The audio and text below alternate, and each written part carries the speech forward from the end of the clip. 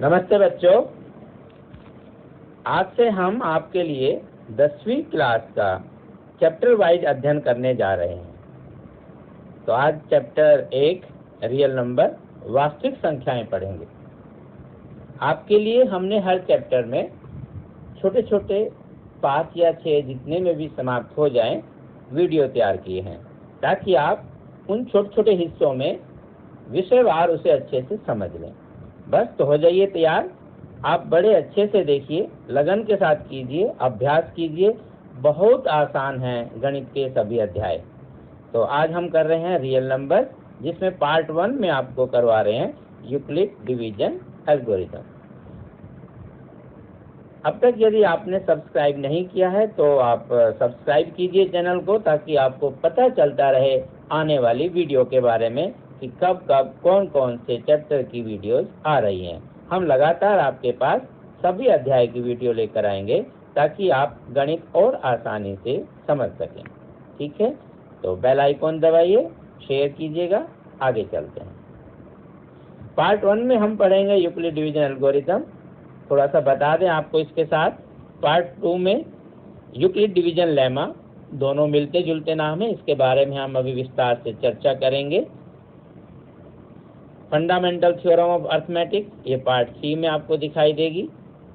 और √2 और √3 irrational number है, अपरिमेय संख्या है, ये जो सिद्ध करना आपके एग्जाम में आता है, ये पार्ट 4 में।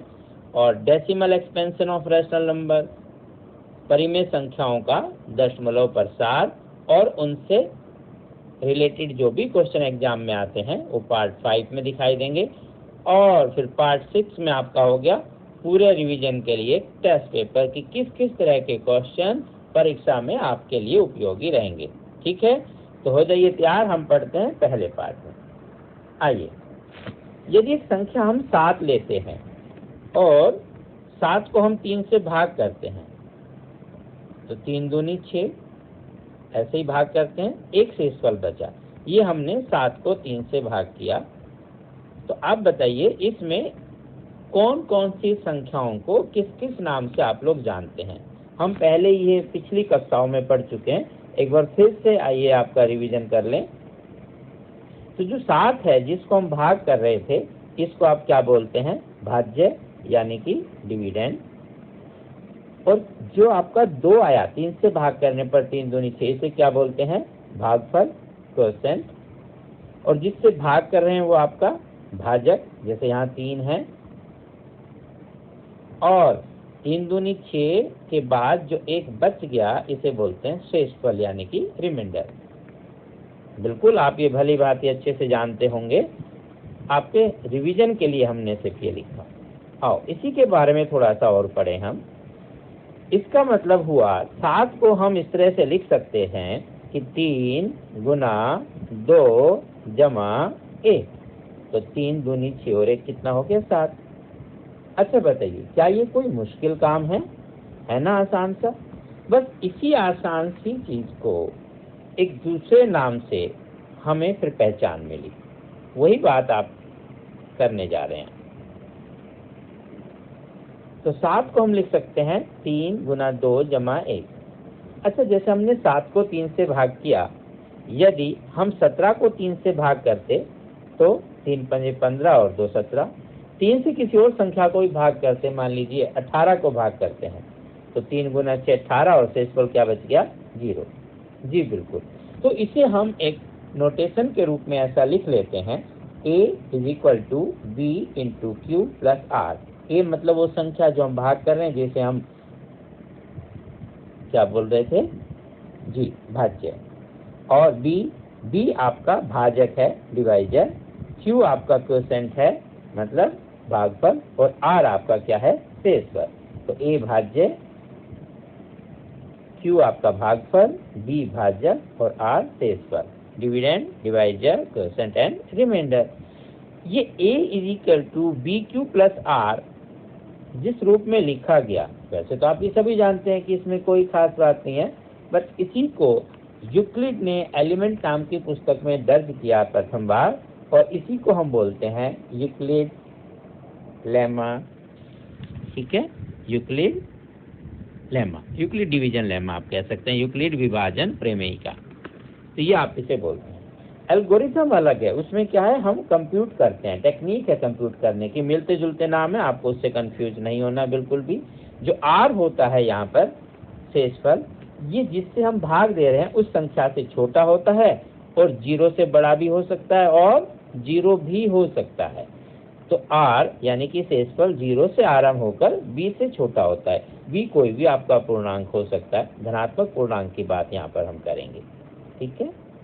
हाँ जी, चलिए आगे चलते हैं। जैसे हमको एक संख्या लेते हैं 13 को हम लिख सकते हैं 6 गुना 2 जमा 1।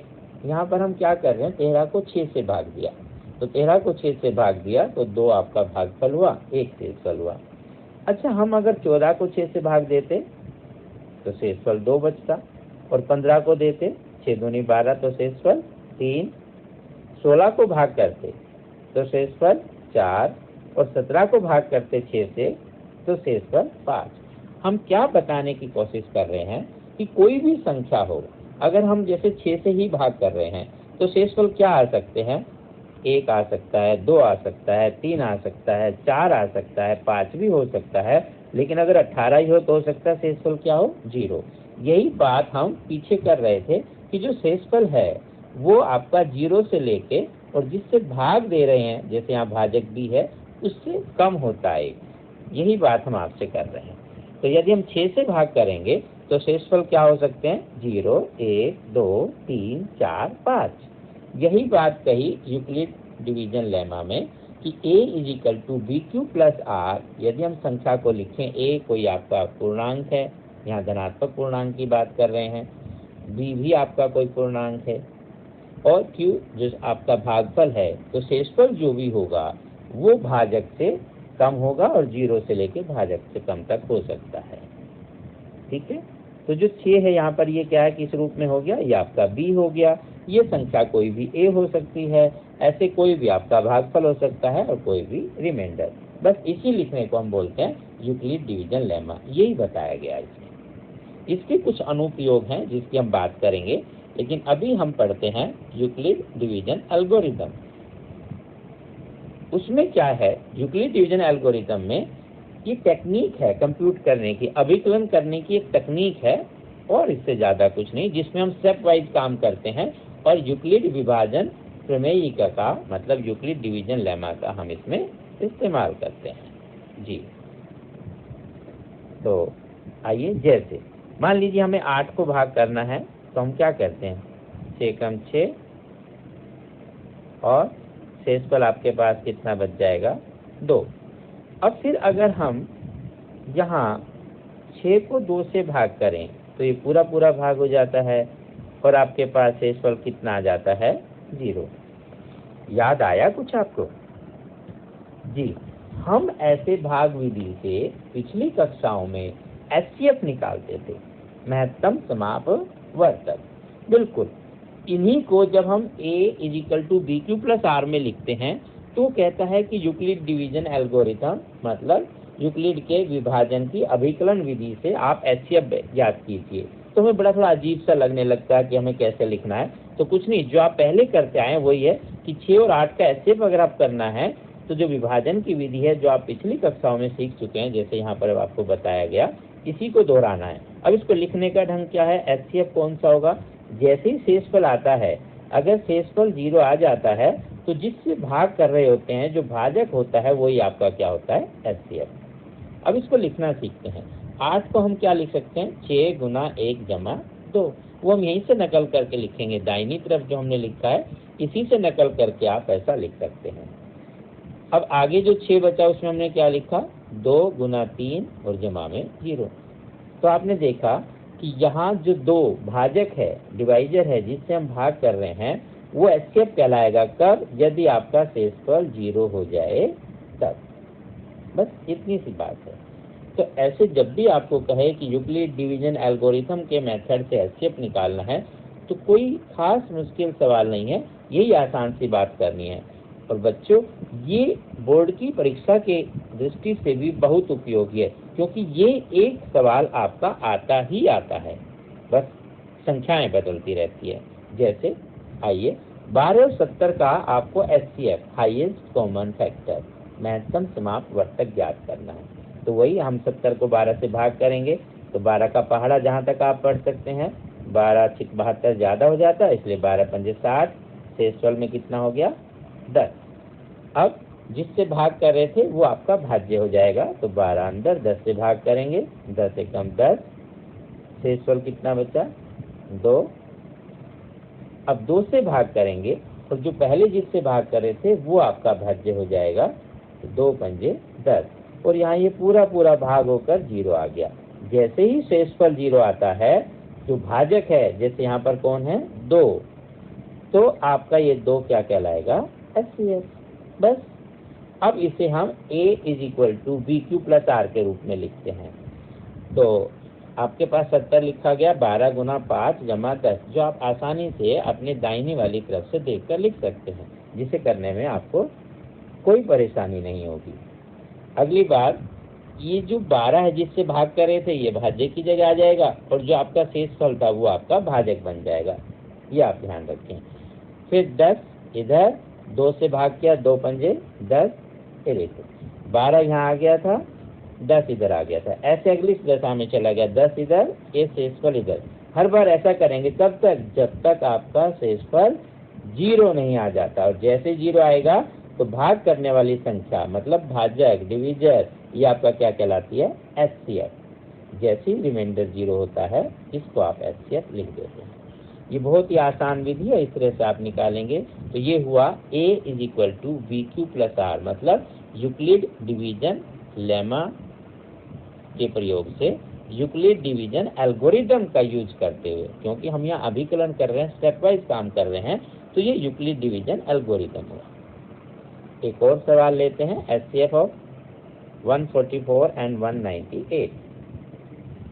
तो आप फिर से ऐसे ही भाग करेंगे, 2 से तो जा नहीं पाएगा, 1 से भाग करेंगे, शेषफल आ गया 54, 54 से फिर भाग किया 144 को, फिर शेषफल हुआ आपका 36, 36 से फिर भाग करेंगे, अब अंदर कितना होगा 54, तो 36 एकम 36, इस तरह से शेषफल आया 18। अब 18 से भाग करेंगे, अंदर संख्या लिखेंगे कौन सी 36, तो 18 दूनी 36 और शेषफल कितना हुआ 0। जैसे ही शेषफल 0 आया तो भाजक हमारा क्या कहलाएगा HCF। अब इसी को लिखते हैं A = BQ + R के रूप में। तो ये आप रफ काम के रूप में भी कर सकते हैं और वैसे भी कर सकते हैं, और इसी की मदद से हम उसे आसानी से लिख सकते हैं। तो 198 लिखा जाएगा 144 × 1 = 54, तो 144 अब इधर आ जाएगा और 54 आपका यहाँ लिख देंगे जैसे आपने पिछली बार लिखा। तो 144 हुआ 54 × 2 = 36। अब जहाँ 144 था इसके नीचे एक ही स्थान पर जो होगा ये 54 आ जाएगा, और जिससे भाग करेंगे वो कौन होगा 36। तो 36 एकम 36 = 18, ये सब हम दाहिनी तरफ से आसानी से देखकर लिख सकते हैं। फिर 36 बराबर लिखा जाएगा 18 × 2 और बचा क्या 0, और जैसे ही शेषफल 0 बचता है भाग करने वाली संख्या यानी कि भाजक ही हमारा HCF होती है ना, बहुत आसान। तो HCF हुआ 18। तो ये कुछ सवाल हैं जिसमें से एक सवाल आपका एग्जाम में आता ही आता है। आपकी क्वेश्चन दिए हैं प्रैक्टिस के लिए, कुछ बुक्स के होंगे, कुछ बुक से बाहर के होंगे। एक वर्ड प्रॉब्लम भी दी है। ये वर्ड प्रॉब्लम इस बार मैथ बेसिक के CBSE के मार्च 2020 के एग्जाम में आई थी। आप इसे पढ़ें, इसे कीजिए, HCF ही करना है, एक बार समझिएगा और इस तरह से अपनी प्रैक्टिस को आगे बढ़ाते रहिएगा। ठीक है, stay happy, stay healthy. Video कैसे लगी जरूर बताना। आपके जितने भी सुझाव होंगे हमारे सुधार के लिए वो सदैव आमंत्रित हैं। आपका स्वागत है। नमस्ते।